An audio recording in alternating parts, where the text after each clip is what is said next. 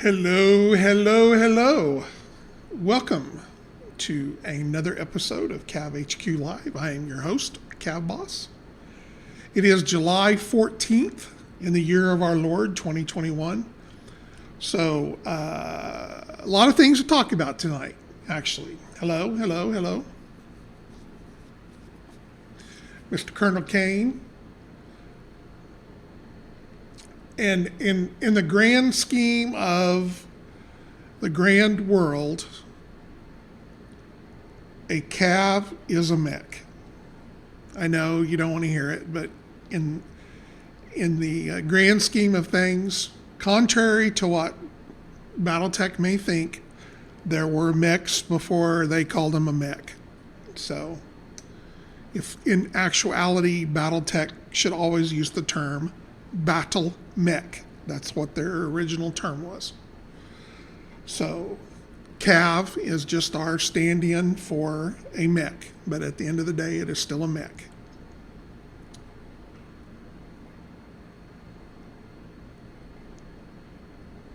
I do. I got to read everything, and I was just giving my opinion, or my official opinion. So, anyway.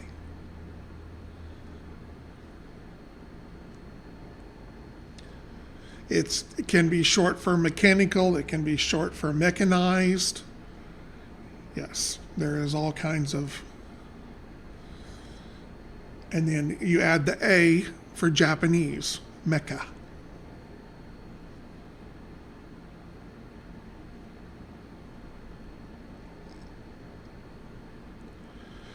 Yes, Battletech got mech from the Japanese series, but the word mech was already being used before there was Battletech.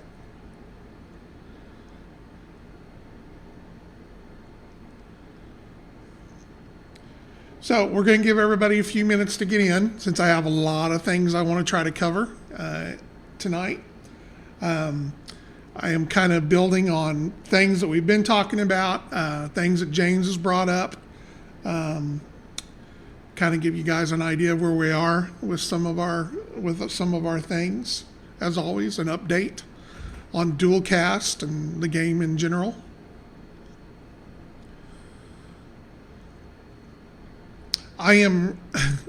Chris Lewis was actually here the other day, and I already had this conversation with him.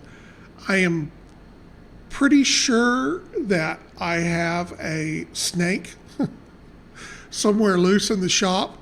No, I don't think that it's anything necessarily to worry about. I think it's probably a king snake or a rat snake.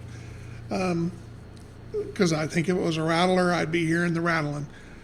But we are getting random little snake poop around the shop in areas where I think a snake might go from time to time. And they're about 2 inches long and probably, I don't know, somewhere around 1/2 inch, 3/8 of an inch round. So we do have copperheads. I don't think it's a copperhead either. I did catch a little baby king snake about 2 months ago out by the sink, but he was about that long, looked like a gardener snake almost in size. But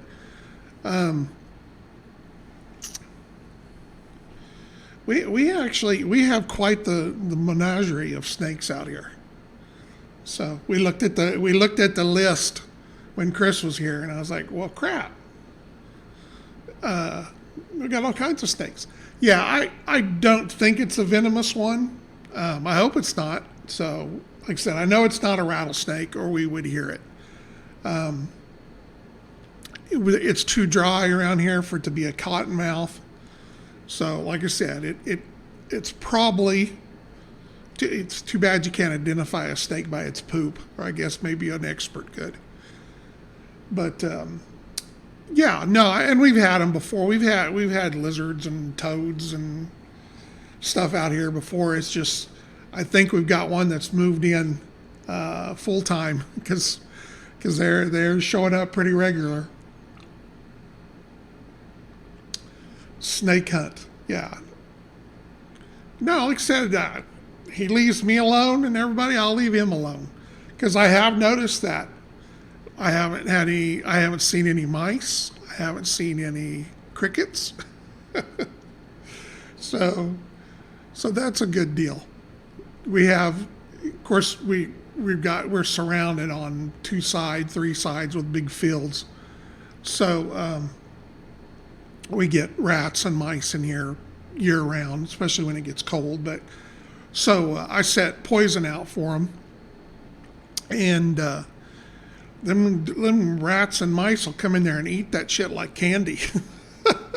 You're like, oh my God, you'd think at some point they'd go, oh, but I guess that's why it's designed the way it does.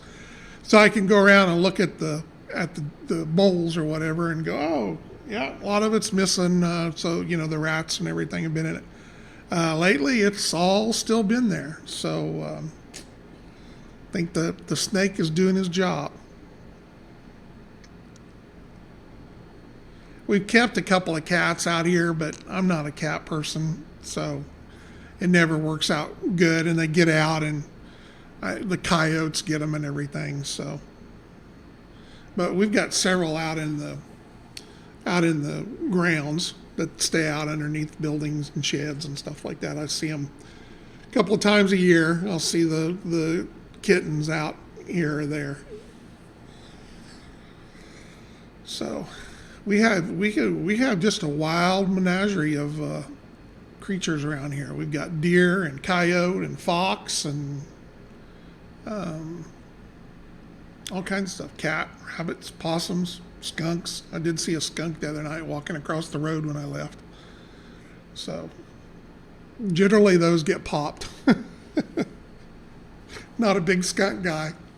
Possums, if I can catch them in a cage, I'll take them out south of town on the other side of the river and drop them off. But do we have any models named after snakes? The cobra, the king cobra, the mamba. Yeah, there's one. I forget the name of it. It's a non-venomous snake here that has a head like a cobra. I was really surprised. I didn't realize that there were snakes like that here in the United States.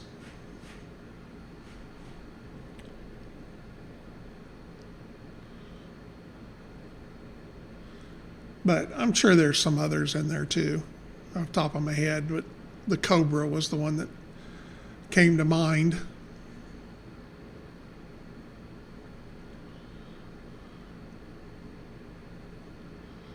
So it gives us lots of names going forward. I think that I kind of assigned the snake names to the A and E's, so we'll get some more in there.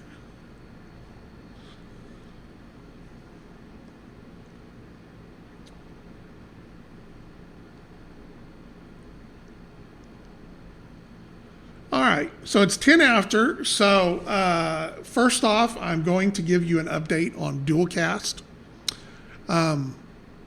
Obviously, we are wanting to have everything out 3 months ago. Actually, 6 months ago. We were supposed to have our machine back in December. So it is a process. It is learning how to build molds, produce the material, mix the material. There's a whole list of things that goes into. It's a continuing process. It has been made worse by the fact that COVID got in the way. We cannot go to the manufacturing company at this point to take lessons or classes or whatnot. So everything has to be done by Zoom, and that is extremely inefficient. There's a couple of different places that we could go and see people with the machines and work with them. They're not in a position to do that yet. So we are still fighting with the learning curve, but we are close. We are very, very close. One of the things that we decided to do as well is outsource our masters. We were going to do them all in-house, but we have found a much better and efficient and cheaper way to do them and get a better product than we were able to produce here. So that's good. I am actually expecting all the masters tomorrow for the 5 aircraft that were included in the Kickstarter. So those are going to be some of our first releases. So we've been practicing with some of the other models on making molds and stuff. But as we get in our new masters, we'll work on more production molds from that side of it. So that's where we're at. Can I tell you that it's going to be here in a week? Is it going to be in 2 weeks? I can't tell you that yet. We're still trying to catch up from everything. There's a million other projects going on. We are having to work on the building and work around those people and do things. The work crew is going to be back here tomorrow to change out all of our windows in our building, and we've been fighting with them for over 2 months, 3 months to get back because they came in and put all the doors in, but they didn't come back and do the windows yet. So it's just a pile of stuff, and unfortunately, we don't have anybody around here but me to kind of roughshod that stuff. So right now, so that splits my time up and everything there. So hang in there. It is coming. I know that I talked to Chris this week about finishing up the Starhawk 7, the large scale, the 28 millimeter version. I plan on trying to get one of those printed. A steaming pile. I don't know what a steaming pile is in reference to, but it's not here. It's not anything bad. It's just we can only do so much every day. So we're out of space. We are literally exploding at the seams. We're trying to get to a point where we can add on to the building, getting in the new laser cutter. Even with the addition of the new building next door, we're just out of room. We're just literally, every time I have to do something, I have to move something to do it right now. And that is not a great way to work. On top of that, the shop is not air conditioned. So when the days are really hot or really humid, there's only so much you can do out there. So it's a lot of in the morning and a lot of in the evening things too. So, but hang in there. Don't give up on us. We are close. I just can't give you an exact date yet. I truly believe that we should have our first release at some point next month. But that's tell you how close, but I can't tell you it's going to be first week of August, last week of August, or whatever. Anyway, so that's where we're at with dual cast. Next thing is we've kind of this really came to head from the show last week. We got to talking about things. I got to explaining some things on the board and stuff like that. And a lot of the things that I was trying to talk about, I was trying to present kind of in, some of this stuff is being tweaked a little bit for an update. So I don't want to really push the old way of doing something and then coming back and everything like that. So I have been working directly on getting the updated rule set ready for the release for the Rules of Engagement book and the construction system that will be in the JOR. So after that conversation with everybody Wednesday night and thinking about it later and in the morning, I've kind of pushed the rules update to the top of the pile right now. It's close. Was almost done anyway. I think that at this point we're better off to go ahead and push that out. I'm hoping to have the beta out sometime next week. So that tells you how close I am to it. It's more of wrapping up a few things and getting a basic layout together. We'll put this out as a beta release so that everybody can look at it, and still, if there's something they don't understand or if there's something we forgot or whatever, through all the notes and conversations, it's a chance for us to catch it and get it put together. After we go through that for a little bit, I'll go back and relay it out in its final format, and we'll put that out as a free PDF, and that will become all the rules in one place going forward. So that'll replace the errata, everything like that. Hopefully we're covering a lot of the FAQs with the way things are being phrased. So that's what I'm pushing for right now. So when times I can't work out in the shop, that's where I'm going right now. As a result of that, and this should make Colonel Kane happy, I have flipped Herb over to help me finish up the flashpoint, the first one. So I gave him my notes with the things that were left to be done, and so Herb is working on that right now. And hopefully we will have that wrapped up here pretty quick as well. So lots of things going on, and it's just, we've had that conversation before. The rule book came out. The new rule book came out in 2015. So it's a 6-year-old book. It has been showing its age for a while, and that comes. The game evolves. We literally since 2015 have had hundreds, if not thousands, of people try the game, play the game, bought the game. And so we get feedback from them. Things, we've played hundreds of games in the last 6 years between us and shows and everything like that. So, there's things that we, after more time and experience, that didn't work as well as we thought they would.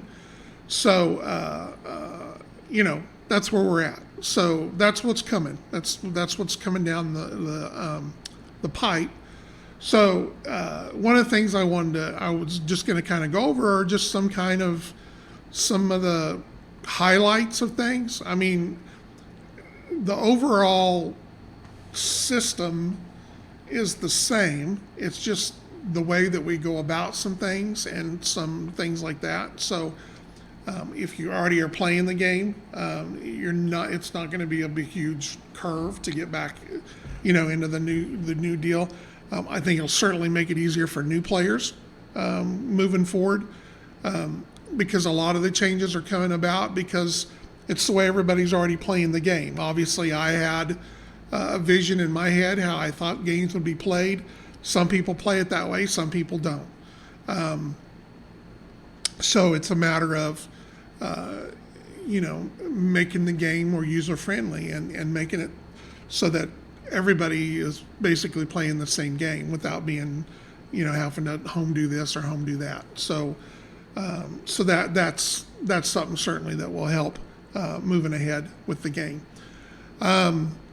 So with that in mind, some of the things that we've hinted about or that we've talked about that'll be coming down with the book update is probably the biggest change is there will no longer be any close combat, close assault. We are removing that completely from the game. That'll drop a pile of essays and a big section of rules with things that cover for close combat. And where this really came from was, and a lot of these changes are coming because of, I tried to include some things from CAV 1 and CAV 2 to be cognizant of the original players. And that's where that comes from. It is such a rarely used deal that we're tying up a lot of effort for it that doesn't need to be there. And while, we've always talked about close combat not really being punching, kicking, et cetera, et cetera. That's kind of what it always was in there for those people to that felt like that was part of their mech game. That's what that was. Obviously we used our description of it because I don't think that a hardcore mech science fiction game that there would be punching and kicking and whatnot. Probably an infantry stomp here or there, but for the most part, that's just not something that would happen. You don't see tanks running into each other.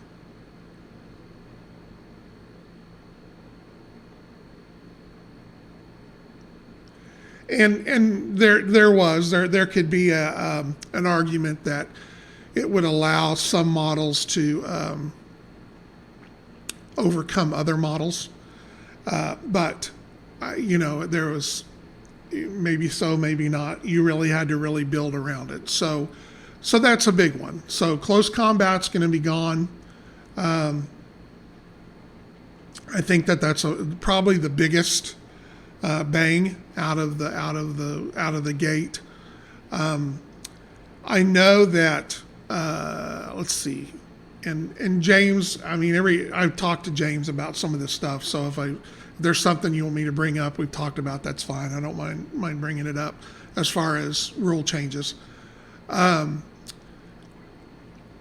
Minimum range on max are going to be increased.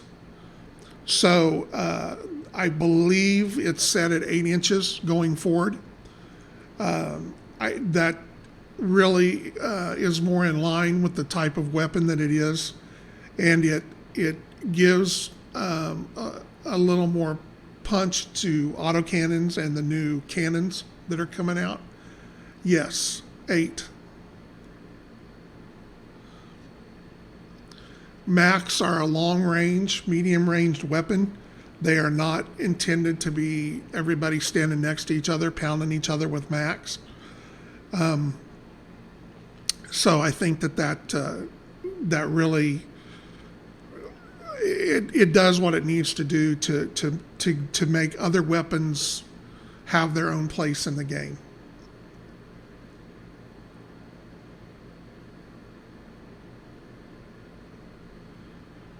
It does. It makes particle bolt guns much more important, and ups the Thunderhawks and the Thunderbolts, and not Thunderbolts.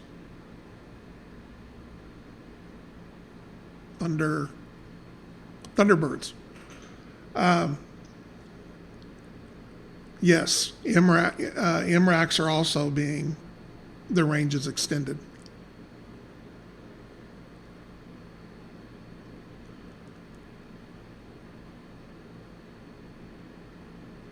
It is, and that's part of what we're moving it towards. CAV was always intended to be a game of maneuver and direct fire combat. So, we went through a period where indirect was not where it needed to be, and that's what we're going to get to. CAV is going to be a game of maneuver. So we're going to keep you moving. So, that's where we've talked about the stationary rule coming up. Now, I will say, and something that came up on this, to offset stationary a little bit, you will receive a bonus of 1 if you remain stationary when you're shooting somebody.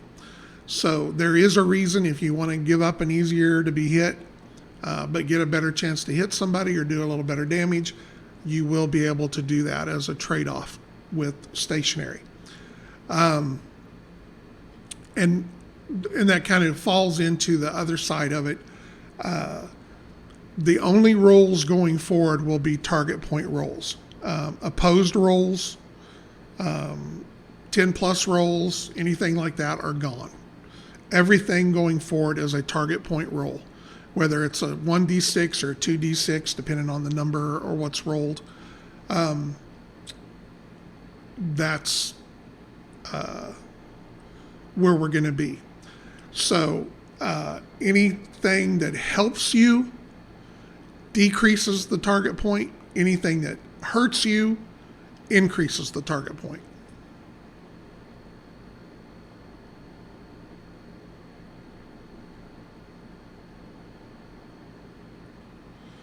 Well, right. The max will like it's going to have a counterpoint. I mean, not a counter. It's going to have a target point.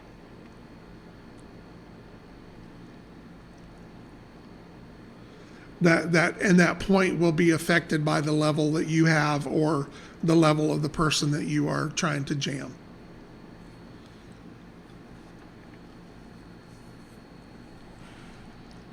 And part of that too is also going to come from is active APA, advanced phase array, will no longer be able to jam.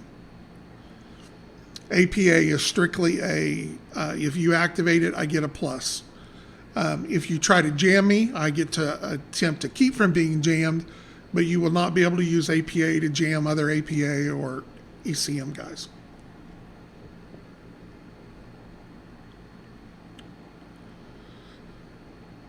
We are making ECM do what it's supposed to do and APA doing what it's supposed to do, and not mix the two.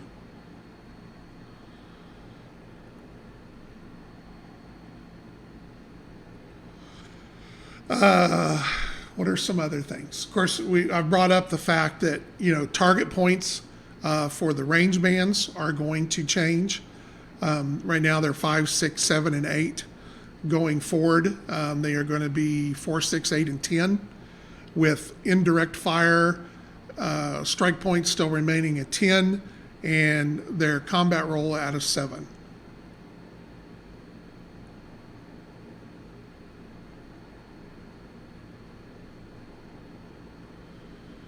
Will the veteran pilot perk give bonuses to non-combat action rolls? Yes. I'm sorry. Yeah, 6, 7, 8, and 9. I'm sorry.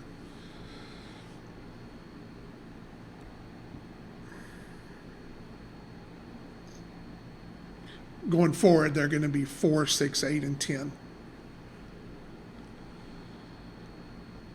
I don't have the exact how that's changed. Everything will be changed though to affect anything that needs an imposed roll.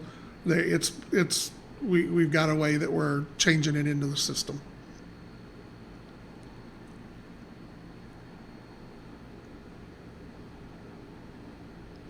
Will that include roles like ECM? Will that include countermeasures, etc.? Yeah. Everything is going to be a target point.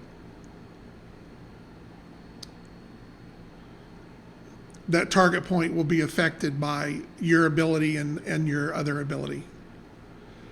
Yes, GM and rockets are keeping the same minimum ranges. Just the only thing that's going to be changing on minimum ranges are anything that's MAC related. So you'll see it with the infantry, with their MACs, with their rifle MACs.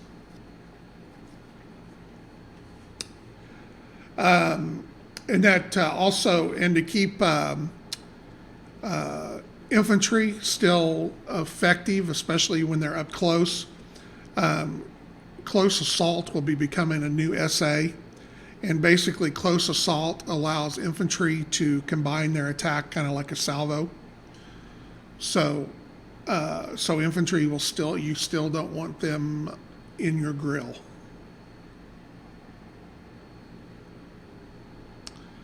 Let me think. What are some other?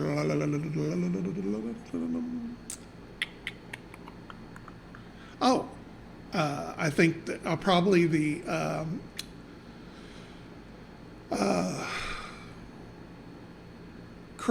force creation. There was quite a few things that got moved around in there. Cannon stats. I don't have them right off the top of my head as far as where I can do them. I think they're range 9. They're kind of in between autocannons and max. They are designed for up close. So they roll different sets of dice. So I think it goes, I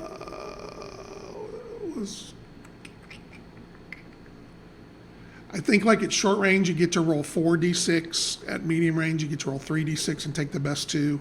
And it may be 5, 4, 3, 2. I don't know exactly how it is. I don't have it here in front of me. But that's their special ability is up close. They are the hammer. Cannons are not AoE, no. Cannon is kind of a weird name. It's an actual name. So the 120 millimeter gun on an M1 is actually a cannon. But as far as it's not a cannon in the sense of, back during the Civil War being fired into the ground with a round that explodes. That's not how these are. These cannons they're firing an armor-piercing round. So no AoEs.